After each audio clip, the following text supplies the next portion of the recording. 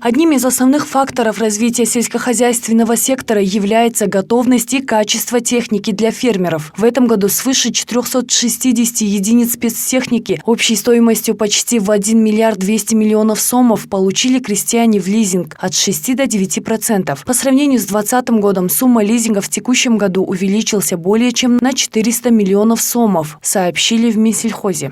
И в конце года правительством был принят распоряжение о дополнительном выделении кредитных средств в сумме 426 миллионов через Айлбанк в льготных условиях. И мы сумели достичь снижения процентной ставки за лизинг до 4,5%.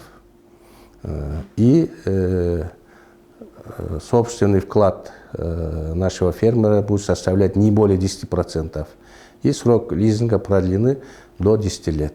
Недавно уставной капитал Айлбанка был увеличен почти до 5,5 миллиардов сомов, что в свою очередь создает хорошие условия и для фермеров по линии лизинга. Даст нашим крестьянам большого выбора в получении по линии финансирования, сельскохозяйственного финансирования и по увеличению других финансовых услуг, банковских услуг, когда они будут обслуживать наших сельскохозяйственных субъектов.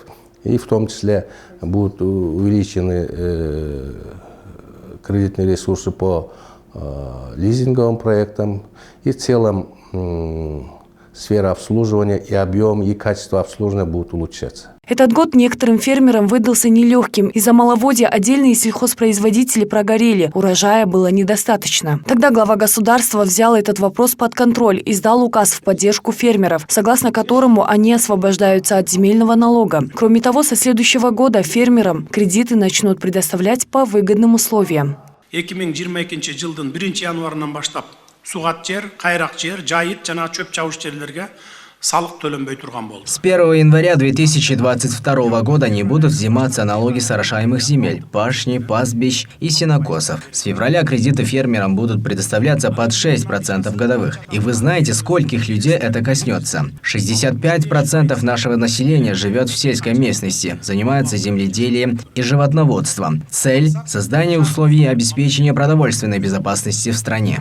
В 2021 году сумма выделенных кредитов фермерам составили 6 миллиардов 100 миллионов сомов. Они были направлены на 3 основные направления – растениеводство, животноводство и переработка сельхозпродукции. Об этом сообщил заместитель министра сельского хозяйства Нурлан Шерипов. Кроме вышеуказанных направлений, в следующем году планируется поддержка нового сельхознаправления.